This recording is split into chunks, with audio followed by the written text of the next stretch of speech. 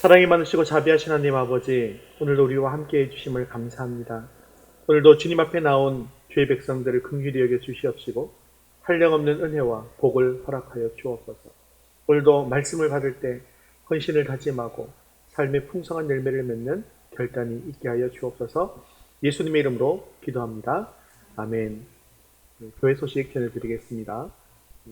예배는 하나님을 만나는 시간입니다. 온전한 예배를 드리기 위해서 10분 전까지는 오시고 5분 정도는 기도를 해주시면 감사하겠습니다.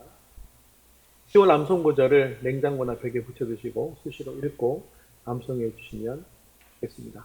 저희가 지금 암송하고 있는 구절은 내비게이터 필수 암송 구절 69절을 지금 하고 있는 중인데요. 이것을 잘 암송하고 계시면 복음 전하는 대로 또 내가 복음의 능력으로 세워지는 데 큰 도움이 되니까 늘 읽으시고 암송해 주시면 감사하겠습니다. 드라마 바이블 성경 읽기 금주는 153회에서 156회분입니다. 우리 10월 암송 구절 한 목소리로 같이 읽겠습니다. 그리스도를 전파함, 그리스도가 형벌을 받음. 로마서 5장 8절 말씀. 우리가 아직 죄인 되었을 때에 그리스도께서 우리를 위하여 죽으심으로 하나님께서 우리에 대한 자기의 사랑을 확증하셨느니라. 로마서 5장 8절 말씀. 아멘. 우리의 시선을 하나님께로 올려드리겠습니다. 사도신경으로 신앙 고백하시겠습니다. 전능하사 천지를 만드신 하나님 아버지를 내가 믿사오며 그 외아들 우리 주 예수 그리스도를 믿사오니 이는 성령으로 잉태하사 동정녀 마리아에게 나시고 본디오 빌라도에게 고난을 받으사 십자가에 못 박혀 죽으시고 장사한 지 사흘 만에 죽은 자 가운데서 다시 살아나시며 하늘에 오르사 전능하신 하나님 우편에 앉아 계시다가 저리로서 산 자와 죽은 자를 심판하러 오시리라. 성령을 믿사오며 거룩한 공예와 성도가 서로 교통하는 것과 죄를 사하여 주시는 것과 몸이 다시 사는 것과 영원히 사는 것을 믿사옵나이다. 아멘. 오늘도 우리의 찬양공을 받으실 하나님께 꿈으로 주기도문을 하시면서 함께 찬양드리겠습니다.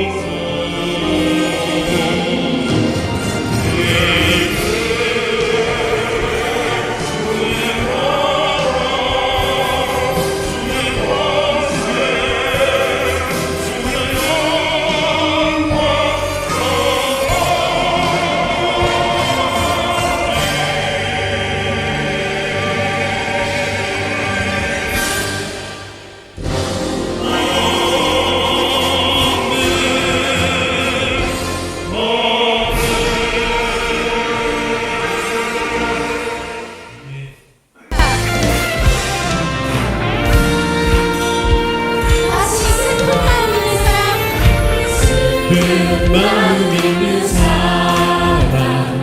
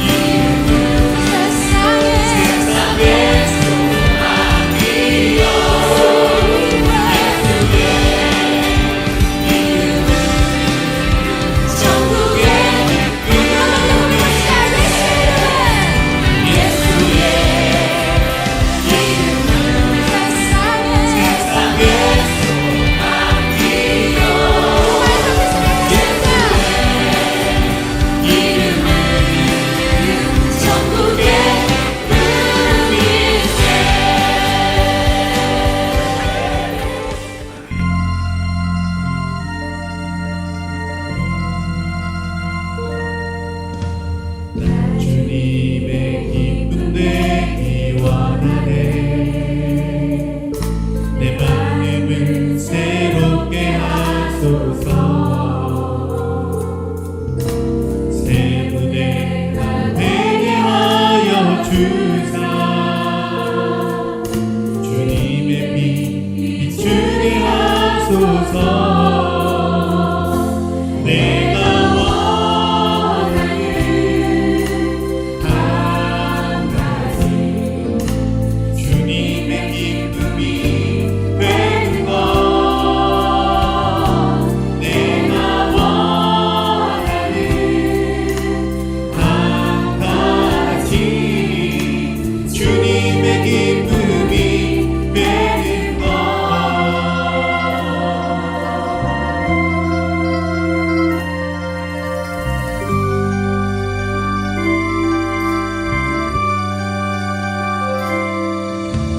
영소리 내 마음 일으키라.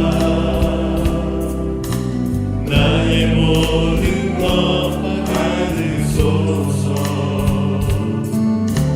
나의 맘 깨끗게 씻어주사.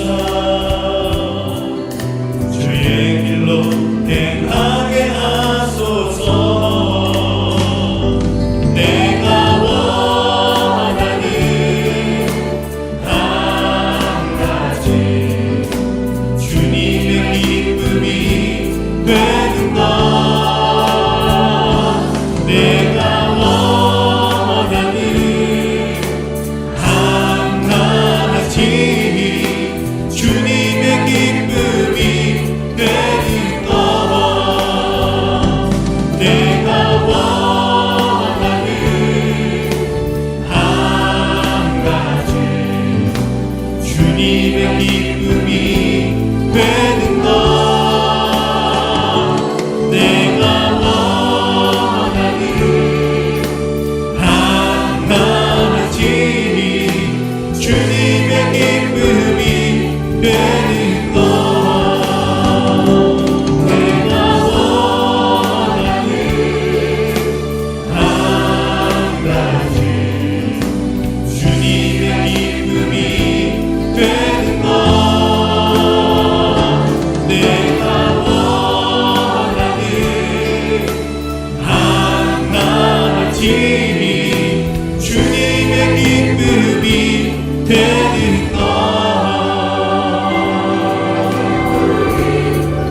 이 시간 예배를 위해서 목소리를 같이 기도하겠습니다. 오늘 예배 가운데 주님께 충만하게 임해 주셔서 우리 예배를 기뻐 받아 주옵소서. 오늘도 주님의 든 음성을 듣기를 원합니다. 말씀을 통하여서 주님의 뜻을 이루어갈 결단과 헌신 있게 해달라고 목소리 기도하신 후에 김필임 목사님 대표로 기도하시겠습니다.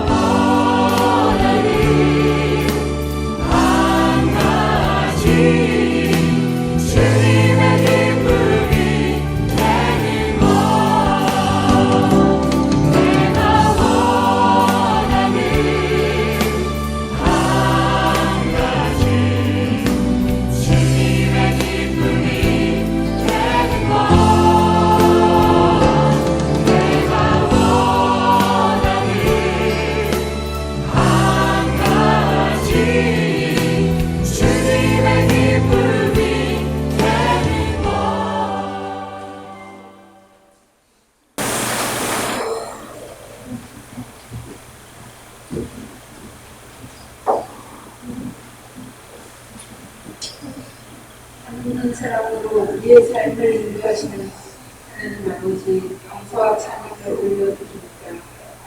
독생자 예수 그리스도를 보내셔서 우리를 구원해 주신 것 감사합니다. 그렇게도 우리는 연약하고 강하여 구원의 은혜를 명단하고 내 뜻대로 살아갈 때가 많습니다. 용서하여 주시고 하나님의 합격의 삶을 잊지 않게 하시고 모든 위기와 제약에서 구하여 주옵소서. 언제나 주의 뜻을 주시사 믿음의 길로 나아가게 하시고 주님만 의지하여 주님만이 우리의 구원자임을 고백하게 하옵소서. 아버지 하나님, 오늘 복된 날 주의 전에 나와 예배드리오니 이 예배의 자리에 임재하여 주셔서 성령 충만한 시간 되게 하시고 은혜가 넘치는 자리 되게 하옵소서. 주옵소서. 아버지 하나님, 하나님 목사님 사역 위에 함께 하시사 성령님의 은총으로 말씀의 지혜가 있게 하시고 건강 또한 지켜오셔서 하나님의 나라를 세우시는 귀한 목사 되게 하옵소서. 아버지 하나님, 믿어서 교회를 믿어서 세우시고 인도하시는 것을 믿습니다. 많은 사람들을 구원의 길로 인도하여 사명을 잘 감당하는 복된 교회 되게 하시고 하나님의 말씀이 살아있는 활력이 넘치는 교회가 되게 하옵소서. 코로나19로 인하여 아직도 생활이 자유롭지 못하고 예배에도 제약이 있지만 그런 중에도 건강하게 지켜주시는 감사합니다. 하루속히 코로나 바이러스로부터 회복되어 다시 예전과 같은 일상으로 돌아가게 하옵소서. 아버지 하나님, 성도들 가정에 함께 하셔서 믿음으로 하나 되게 하시고 주의 은혜로 감사가 넘치는 가정 되게 하옵소서. 이 시간 하나님 만나는 시간 되게 하옵시고 우리를 죄에서 구원하신 예수님 이름으로 기도드립니다. 아멘.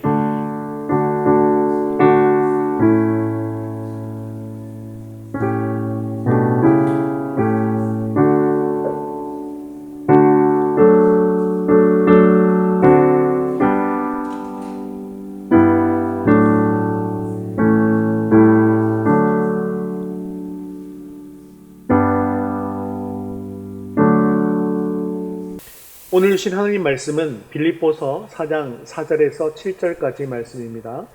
빌립보서 4장 4절에서 7절까지 말씀 신약성경 322면에 있습니다. 우리 한 목소리로 같이 읽겠습니다. 주 안에서 항상 기뻐하라. 내가 다시 말하노니 기뻐하라. 너희 관용을 모든 사람에게 알게 하라. 주께서 가까우시니라.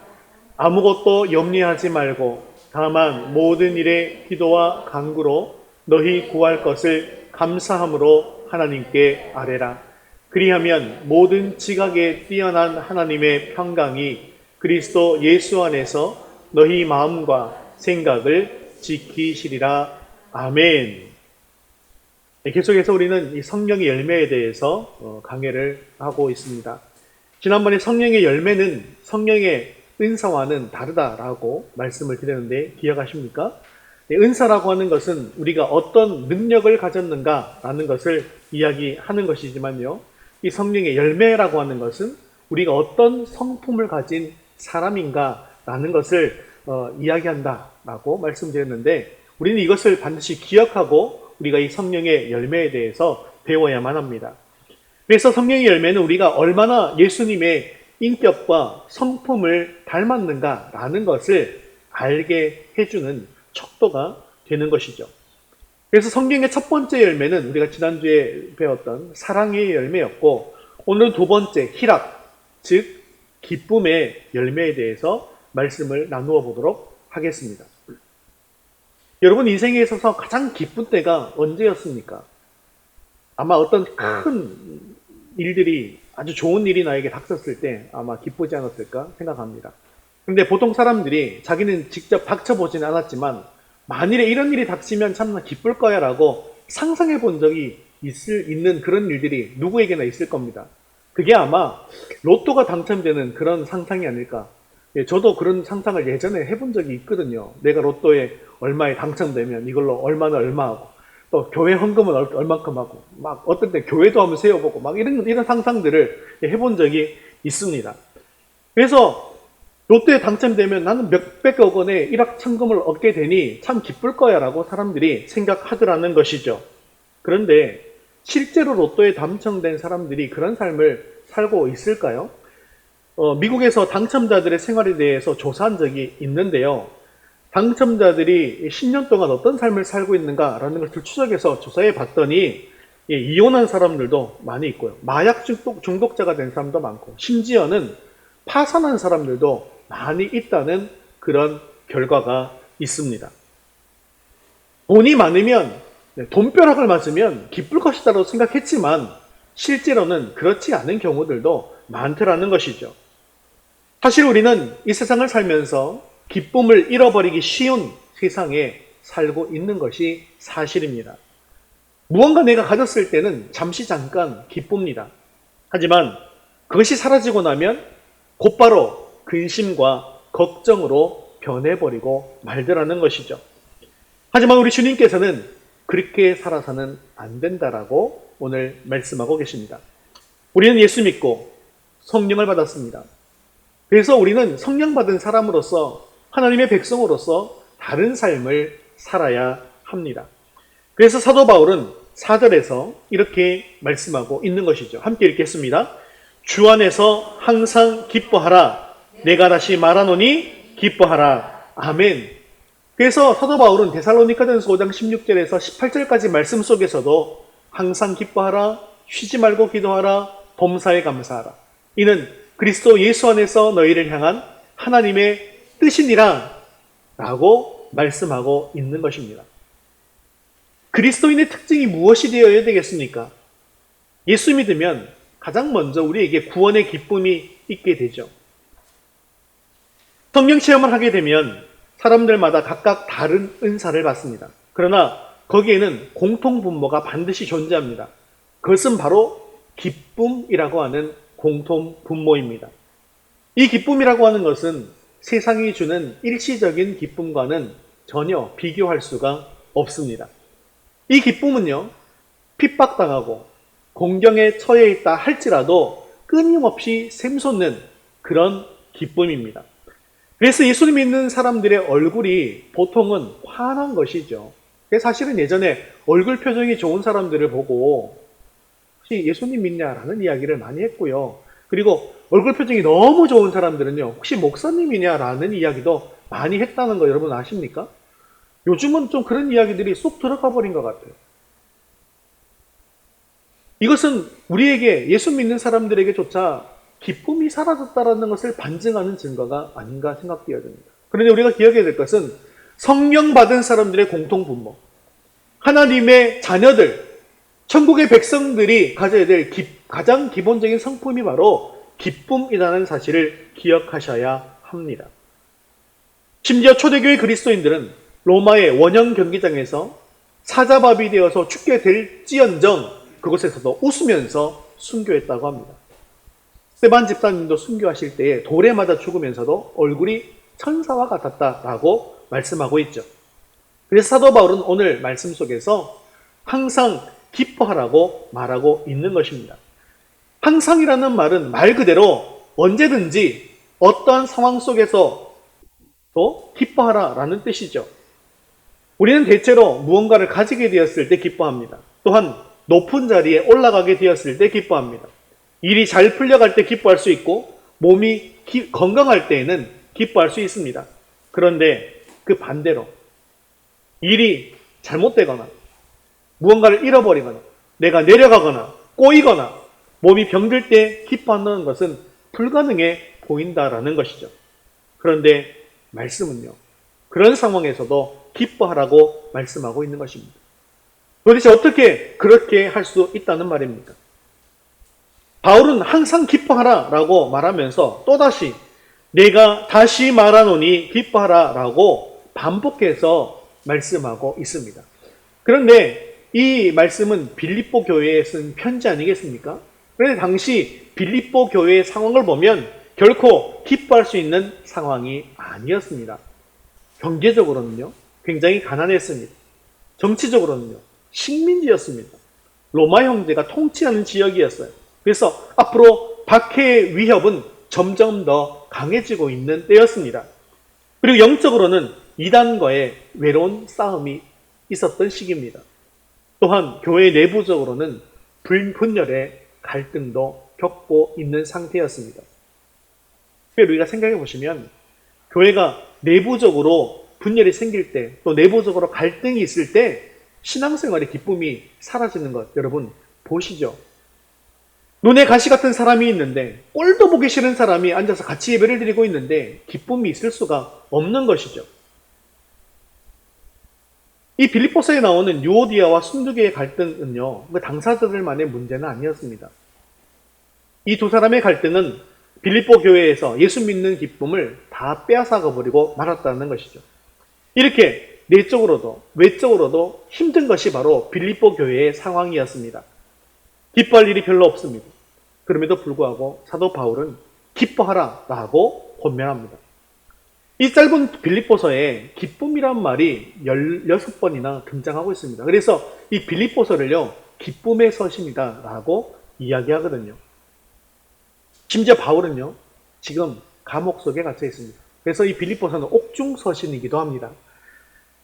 빌립보 교회도 기뻐할 만한 상황이 아니고 사도 바울의 개인적인 처지도 결코 기뻐할 만한 상황이 아닌데도 기뻐하라고 하고 있으니 바울이 혹시나 감옥에 갇혀서 정신이 나간 것일까요?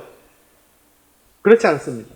이 모든 것을 잘 알고 있지만 빌립보 교인들을 향해서 사도 바울은 이야기합니다. 항상 기뻐하라. 내가 다시 말하노니 기뻐하라고 말합니다. 그렇다면 어떻게 이런 상황 속에서 우리는 기뻐할 수 있겠습니까? 우리 첫 번째 같이 한번 읽어보겠습니다. 주 안에서 기쁨을 회복합시다. 4절 말씀 같이 읽겠습니다. 주 안에서 항상 기뻐하라. 내가 다시 말하노니 기뻐하라. 아멘. 자, 어떠한 상황 속에서 기뻐해야 하는 단서가 바로 4절 말씀 속에 나타나고 있습니다. 항상 기뻐하라. 그 앞에 나오는 주 안에서라는 말입니다. 주 안에서는요, 바울이 아주 자주 사용하는 표현입니다. 주 안에서라고 하기도 하고요. 그리스도 안에서, 예수 안에서 이렇게 사도 바울의 이 편지 안에서 132번이나 등장하고 있는 것을 볼 수가 있습니다. 주 안에서 기뻐한다는 말이 무슨 말일까요? 그것은 가장 먼저 죄사함을 받고 나서 하나님의 자녀가 된 그 기쁨을 이야기하는 것입니다. 즉 하나님과의 관계가 회복되었기 때문에 얻는 기쁨. 그래서 이 기쁨은 예수 믿는 사람들, 성령 받은 사람들의 아주 근본적인 기쁨인 것이죠. 이 기쁨으로 말미암아 우리가 하나님 앞에 나와서 기쁨으로 예배 드릴 수 있는 것입니다. 기쁨으로 찬양할 수 있는 것이죠. 또한 두 번째로는 주님께서 나와 늘 동행하기 때문에 얻는 기쁨입니다. 사도 바울은 그 상황에, 자기가 어떤 상황에 처했다 할지라도, 심지어 핍박과 혼란이 속에 닥친다 할지라도 늘 예수님께서 자신과 함께 한다는 사실을 알았기 때문에 로마서 8장 35절에서 누가 우리를 그리스도의 사랑에서 끊으리요? 라고 하면서 그 기쁨을 표현하고 있는 것이죠. 그리고 그리스도인들이 가질 수 있는 세 번째 기쁨은요, 약속된 미래에 대한 기쁨입니다. 예수님의 의를 힘입어서 하나님의 자녀가 된 하나님의 백성들은 내가 언제 어디서 죽는다 할지라도, 지금 당장 죽는다 할지라도 틀림없이 하나님 나라에 갈 수 있다고 하는 그 놀라운 하나님의 약속, 이 약속에서 오는 소망의 기쁨을 가질 수 있다라는 것이죠. 마치 그리스도인들이 순교하면서, 스데반 집사님이 순교하면서 그리스도만을 바라보고 기뻐했던 것과 같은 그 기쁨이 바로 주 안에서 기뻐하는 기쁨이라는 것입니다. 오늘 본문의 기쁨은 바로 이런 영적인 은혜로 말미암아서 기뻐하는 것을 말씀하고 있는 것이죠. 사도 바울은 우리 안에 있는 이 영적 기쁨으로 말미암아서 지금 기뻐하라. 항상 기뻐하라는 건요, 지금 당장 기뻐하라는 그런 말씀이라는 것입니다. 기뻐하게 될 날을 기다려서 그때 가서 기뻐하는 것이 아니라 지금 기뻐하라고 명령하고 있는 것입니다. 우리는 무슨 좋은 일이 있어야 기뻐하지만 그 기쁨은 결코 오래가지 않습니다. 진정한 기쁨은 조건적인 기쁨이 아닙니다. 바울이 말하는 것은 기뻐하라. 그러면 기쁜 일이 일어날 것이다 라는 말씀입니다. 이 말씀을 좀 더 쉽게 설명하면 입맛과 음식과의 관계와 비슷하다고 할 수 있습니다. 사람이 음식으로 기쁨을 얻으려면 두 가지가 필요합니다. 가장 먼저 뭐가 필요합니까? 맛있는 음식이 있어야 하는 것이죠. 그리고 입맛이 좋아야 합니다. 그러나 입맛을 잃어버린 사람에게 있어서는요, 아무리 맛있는 음식이 있어도 그것은 결코 맛있는 기쁨을 얻을 수가 없는 것이죠. 입맛이 없고 소화가 안 되는 사람은 음식 냄새만 맡아도 불쾌해집니다. 다른 좋은 음식으로 아무리 바꾸어 보아도 그때 한 입 먹으면 또 속에서 느글거리고 맛이 없습니다. 그래서 이 입맛과 음식과의 관계에서 보면 입맛이 좋아야 음식이 맛있게 되더라는 것이죠. 그래서 기쁨이 찾아오더라는 것이죠. 바로 근본적인 것은 입맛이라는 것입니다. 입맛이 좋은 사람은 어떻습니까? 음식이 좋은 음식이든 안 좋은 음식이든 가리지 않고 어떤 음식이라도 먹으면서 맛있다라고 하고 먹습니다. 그리고 그 음식을 잘 소화하고 그리고 건강하게 되어지는 것이죠. 이 음식은 이래서 맛있고 저 음식은 저래서 맛있습니다. 주 안에서의 기쁨이라는 것이 바로 이런 것입니다. 기쁨의 조건이 따로 없더라는 것이죠. 주 안에서 기뻐하는 사람들은요, 입맛이 좋은 사람처럼 어떤 일이 닥친다 할지라도 다 기쁘더라는 것입니다. 봄에는 따뜻해서 좋고, 여름은 더워서 좋고, 가을은 서늘해서 좋고, 겨울은 추워서 좋은 것입니다. 환경과 조건을 탓하지 않고 어디에서나 나쁜 면을 바라보지 않으며 좋은 일만을 크게 보는 것, 그것입니다. 그래서 바울은 기뻐하라고 명령하고 있는 것이죠. 가슴을 이렇게 펴고 나는 참 기쁘다, 나는 참 기쁘다 라고 생각하면서 선포하면 그 속에서 또한 기쁨이 우리에게 찾아오게 되더라는 것이죠. 여러분 지금도 굉장히 얼굴 표정이 근엄하시고 심각하신데요. 나는 참 기쁘다 한번 해보십시오. 나는 참 기쁘다. 아무도 웃으시는 분은 안 계시네요. 그냥 이렇게 나는 참 기쁘다 하하하 이렇게 내가 하하하 하고 웃으면요 참 희한하게 가슴 펴고 나는 기쁘다라고 말을 하고 웃는 웃음 표정을 하게 되면요 마음도 넉넉해지는 것을 우리가 잘 알 수가 있습니다. 물론 교회가 평안하고 박해가 없으면 더욱 좋을 것입니다. 그러나 박해가 있더라도 내부적인 갈등의 요인이 있다 할지라도 우리 기쁨의 근거는 우리 앞에 닥친 상황이 아니라는 것을 우리는 반드시 기억해야 합니다. 상황은 좋았다가도 금세 나빠질 수 있고요. 나빴다가도 다시금 좋아질 수 있습니다. 그렇습니다. 우리 기쁨의 조건은 우리의 상황이 아니라 주님 안이라는 것을 다시 기억하십시오. 그렇습니다. 기쁨의 조건은 상황이 아니라 주님 안입니다. 사람들을 보면서 신앙생활 하시는 분들은 이런 기쁨을 결코 누릴 수가 없습니다. 마음에 들지 않는 사람이 한 사람이라도 있으면 그 사람 때문에 기쁨이 사라집니다. 그 사람이 아예 안 보이거나 아니면 그 사람이 갑자기 변해서 새 사람이 되어지면 상황이 바뀔 것 같습니까? 그러면 이제 나는 기뻐하면서 신앙생활 잘할 수 있을 것 같습니까? 그렇지 않습니다. 그 사람이 사라지거나 그 사람이 변해도요 또 눈의 가시 같은 사람은 또 다른 사람으로 나타나게 되어져 있더라는 거예요. 그러다 보니까 평생 남의 탓만 하다가 하면서 신앙생활을 하게 된다는 것이죠. 사실 다른 사람이 문제가 아닙니다. 내 눈에 문제가 있는 것이죠. 꼭 보아야 할 것은 보지 못하고 보지 말아야 할 것을 보는 그런 안목의 정욕이 문제입니다. 사랑하는 성도 여러분, 우리는 사람을 볼 것이 아니라 주님을 바라볼 수 있게 되어지기를 주님의 이름으로 축원합니다. 주 안에서 기뻐하라. 오직 이것 하나만이 기쁨의 조건입니다. 예수님께서 나를 위해서 십자가를 지셨다. 나 같은 죄인이 그래서 구원받았다. 이 한 가지만 생각하시고 기뻐하시기를 바랍니다. 내가 먼저 기뻐할 때 그 기쁨이 충만하게 되는 것을 믿을 수 있게 되어지기를 바랍니다. 기쁨의 열매를 회복하기 위한 두 번째도 같이 한번 읽겠습니다. 관계 속에서 기쁨을 회복합시다. 하나님의 자녀인 우리들은 관계가 나쁘면 나쁜 대로 살아가서는 안 됩니다. 늘 기쁨이 충만하기 위해서는 주님 안에서 관계를 잘 맺고 살아야만 하는 것이죠. 우리가 관계 속에서 먼저 하나님과의 관계가 회복되어지는 것은 기본이고요. 이제 사람과의 관계 속에서 우리가 어떻게 기쁨을 얻을 수 있는지 5절 말씀을 같이 한번 읽겠습니다. 너희 관용을 모든 사람에게 알게 하라. 주께서 가까우시니라. 아멘. 이 말씀의 뜻은 다른 사람들과의 관계 속에서 자기보다 남을 더 생각하는 너그러움을 모든 사람에게 보여주라는 그런 뜻입니다.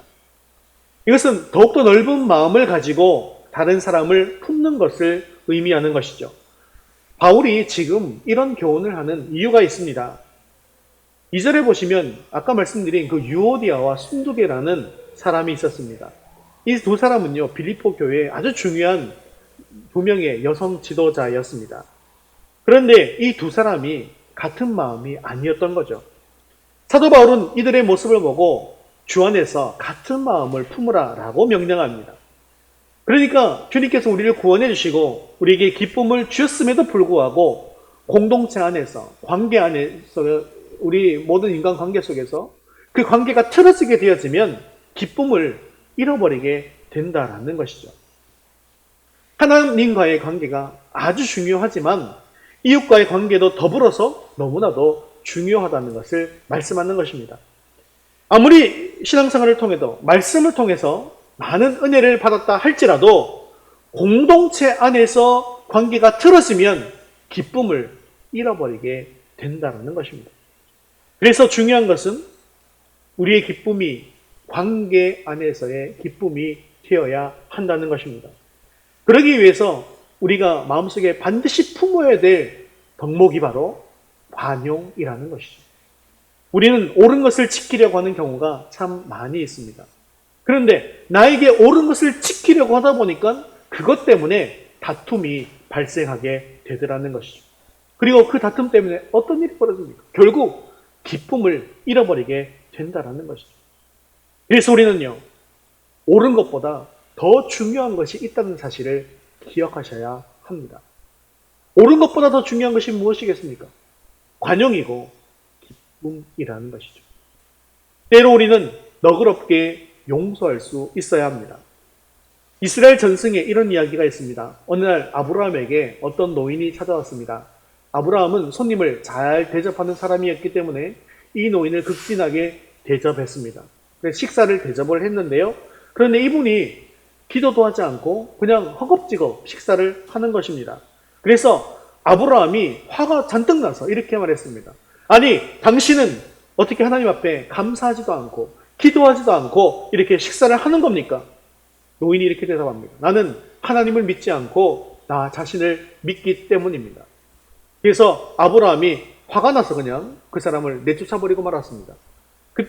그리고 그날 밤에 잠을 자는데 꿈에 하나님께서 나타나셨습니다. 그리고 이렇게 말했습니다.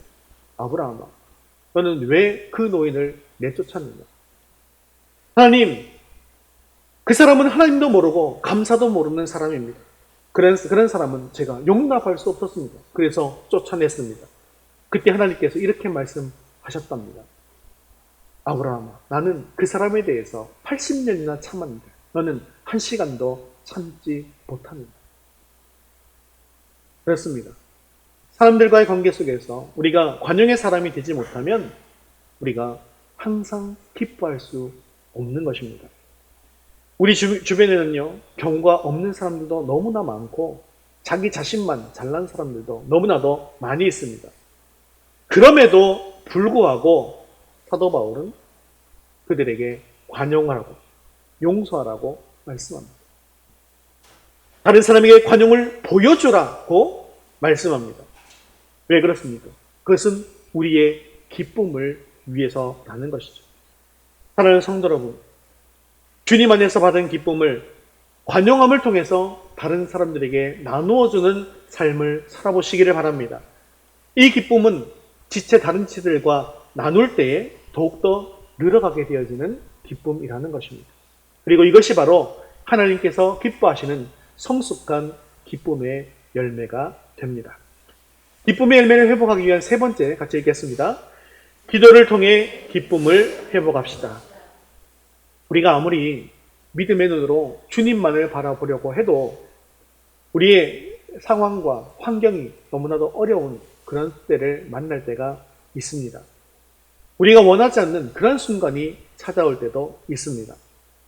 이때 우리가 잊지 말아야 할 것은 그런 환경 속에서도 하나님을 향한 믿음과 신뢰를 결코 잃어버려서는 안 된다라는 것입니다.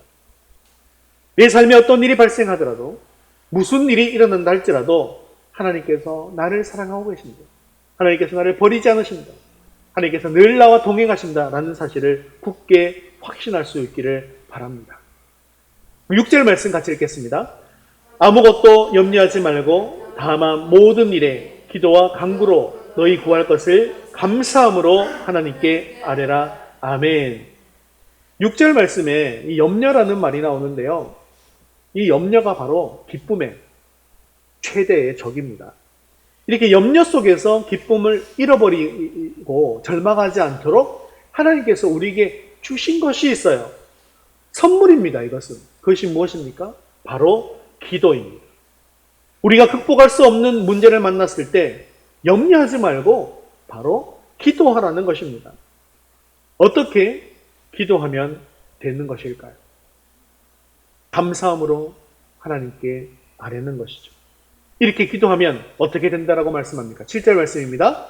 그리하면 모든 지각에 뛰어난 하나님의 평강이 그리스도 예수 안에서 너희 마음과 생각을 지키시리라. 아멘. 이렇게 감사함으로 하나님께 기도로 아뢰게 될 때 하나님께서 우리에게 한 약속을 주십니다. 그것은 모든 지각에 뛰어난 하나님의 평강이 그리스도 예수 안에서 우리의 마음과 생각을 지켜주신다라고 하는 약속입니다.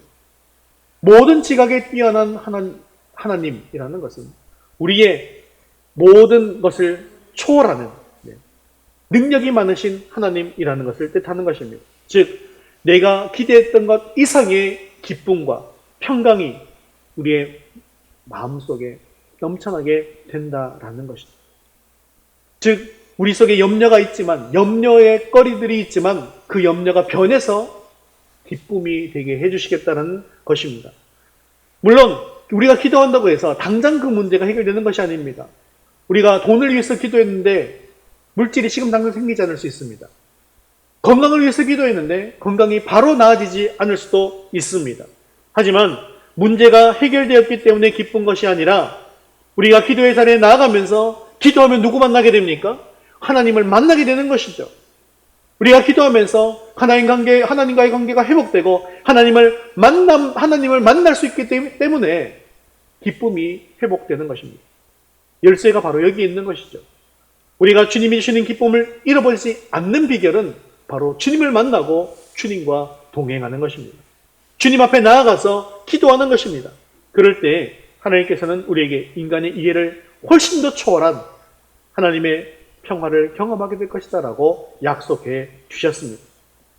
저와 여러분이 진정 누려야 할 기쁨이 바로 이러한 기쁨이라는 것이죠. 사랑하는 성도 여러분, 우리 모두 기도의 사람이 되어서 하나님께 주시는 진정한 기쁨의 열매를 맺는 삶을 살 수 있게 되어지기를 주님의 이름으로 축원합니다. 말씀을 맺겠습니다. 예수님께서 가나의 혼인잔치에 오셔서 물을 포도주로 만들어 주셨습니다. 그리고 그 잔치에 큰 기쁨이 임했습니다. 포도주가 떨어져서 염려하고 고민하던 주인에게 기쁨이 넘치게 되었습니다. 불안했던 신랑 신부도 기뻐하게 되었습니다. 그리고 하객들도 모두 기뻐했습니다. 그렇습니다. 이처럼 우리 삶에 주님께서 함께 해주시면 우리가 주님 안에 있으면 우리는 기쁨이 넘칠 수 있습니다. 포도나무는 포도 열매를 맺습니다. 그 나무가 포도를 맺는 것을 보고 그 나무가 포도나무인 것을 확인할 수 있습니다. 성령의 열매가 바로 이런 것이죠. 우리 안에 기쁨이 일어날 때, 항상 기쁠 때, 어떤 상황 속에서도 기쁨이 일어날 때 성령께서 역사하셨음을 알 수 있고 내가 바로 성령의 사람이라는 것을 확인할 수 있더라는 것이죠. 그러므로 성령께서 주시는 기쁨을 잃어버리지 않으시기를 바랍니다. 성령의 역사는 그 결과가 반드시 기쁨입니다. 성령이 역사하는 심령에는 기쁨이 넘쳐납니다. 여러분, 우리가 다 실패한다 할지라도 결코 실패하지 말아야 할 것이 있습니다. 그것은 바로 기쁨을 가지고 신앙생활 하는 것입니다. 주님께서는 요한복음 16장 24절에 구하라 그리하면 받으리니 너희 기쁨이 충만하리라 라고 말씀해 주셨습니다. 우리가 어떤 상황과 처지에 있다 할지라도 기쁨의 열매를 회복하는 저와 여러분 될 수 있기를 주님의 이름으로 축원합니다. 다 같이 자리에서 일어나셔서 헌신송 나 기뻐하리 함께 찬양 드리고 기도와 축도 예배를 마치겠습니다. 원수가 나를 무너뜨리려고 하더라도 환경이 나를 지배하려고 할지라도 오직 주님 안에서 믿음의 고백을 드리겠습니다. 내 상황이 어떨지라도 내 마음은 오로지 주님만을 향하겠습니다. 라는 마음을 가지시고 함께 기쁨으로 찬양 드리겠습니다.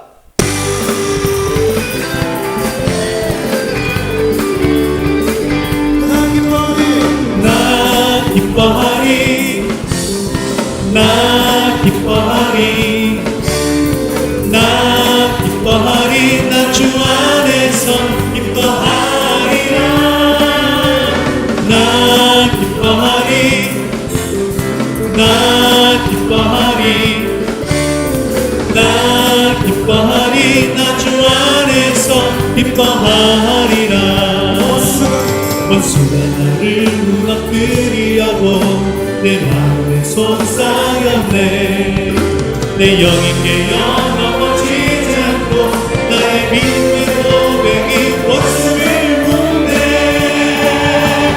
나 기뻐하리 나 기뻐하리 나 기뻐하리 나 주 안에서 기뻐하리라 나 기뻐하리 나 기뻐하리 나 기뻐하리 나 주 안에서 기뻐하리라 성령의 지배를 받지 않고 내 발과 목소리 느끼는 감정과 상관없이 내가 기뻐하기로 결심을 했네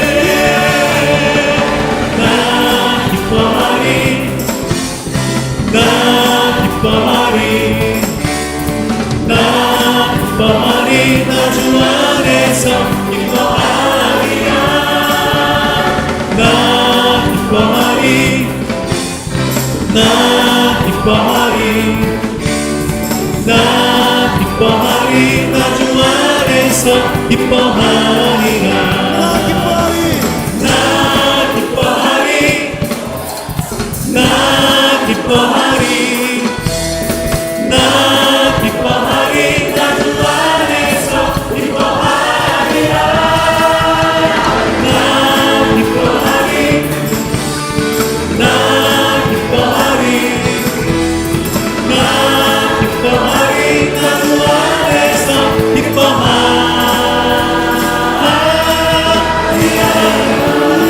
우리 시간 한 목소리로 같이 말씀 붙들고 기도하겠습니다.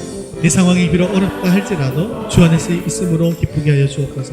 사람을 보는 자 되지 말고 하나님만을 바라보게 하시고 사람들과의 관계 속에서도 관용하게 하옵소서. 기도함으로 염려가 사라지게 하시고 기도하는 가운데 어떤 여건 속에서도 승리하게 해달라고 우리 말씀 붙들고 함께 기도하겠습니다.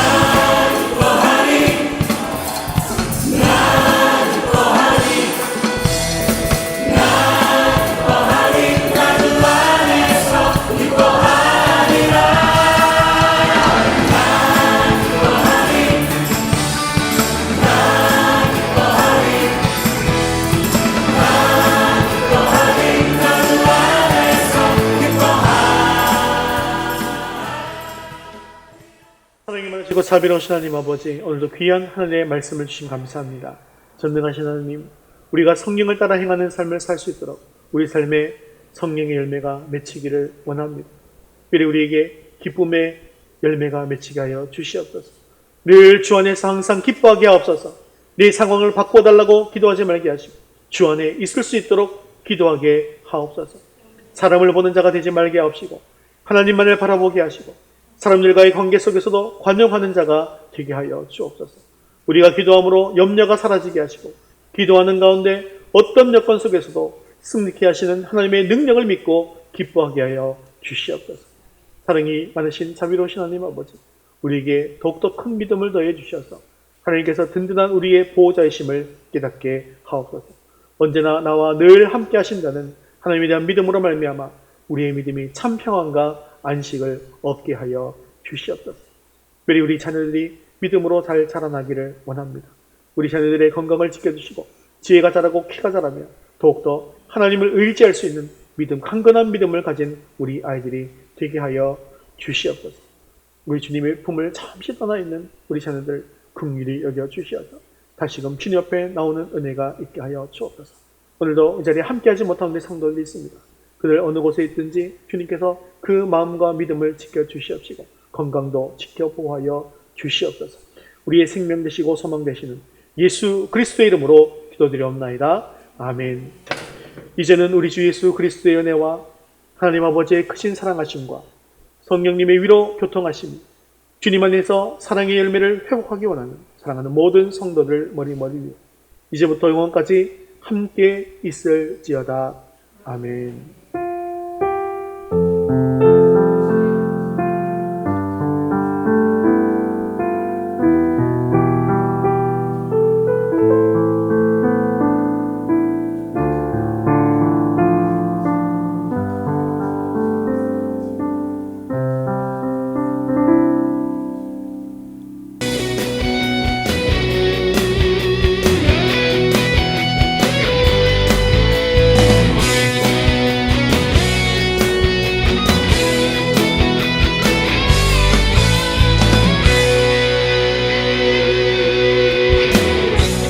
높은 하늘 위로 밝은 태양 떠오르듯이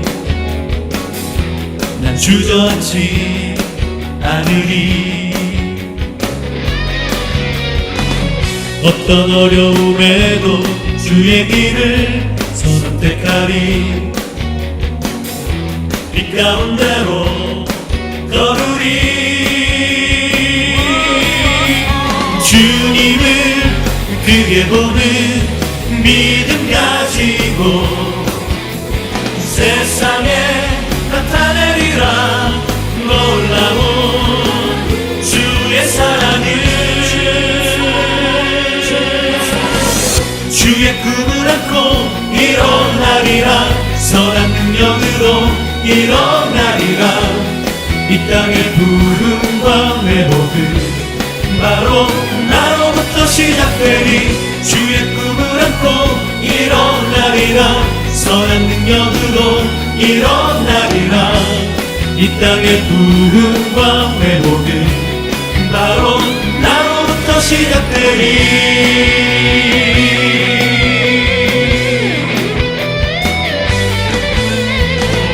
저 높은 하늘 위로 밝은 태양 떠오르듯이 난 주저앉지 않으리. 어떤 어려움에도 주의 길을 선택하리. 빛 가운데로 걸으리. 주님을 크게 보는 믿음 가지고 세상에 나타내리라. 놀라운 주의 사랑을 주의 꿈을 안고 일어나리라. 선한 능력으로 일어나리라. 이 땅의 부흥과 회복은 바로 나로부터 시작되니. 주의 꿈을 안고 일어나리라. 선한 능력으로 일어나리라. 이 땅의 부흥과 회복은 바로 나로부터 시작되니. 주의 꿈을 안고 일어나리라. 선한 능력으로 일어나리라. 이 땅의 부흥과 회복은 바로 나로부터 시작되니. 주의 꿈을 안고 일어나리라. 선한 능력으로 일어나리라. 이 땅의 부흥과 회복은 바로 나로부터 시작되니. 할렐루야를 하나님께 영광의 박수 내겠습니다. 한 주간 더 믿음으로 승리할 수 있기를 바랍니다.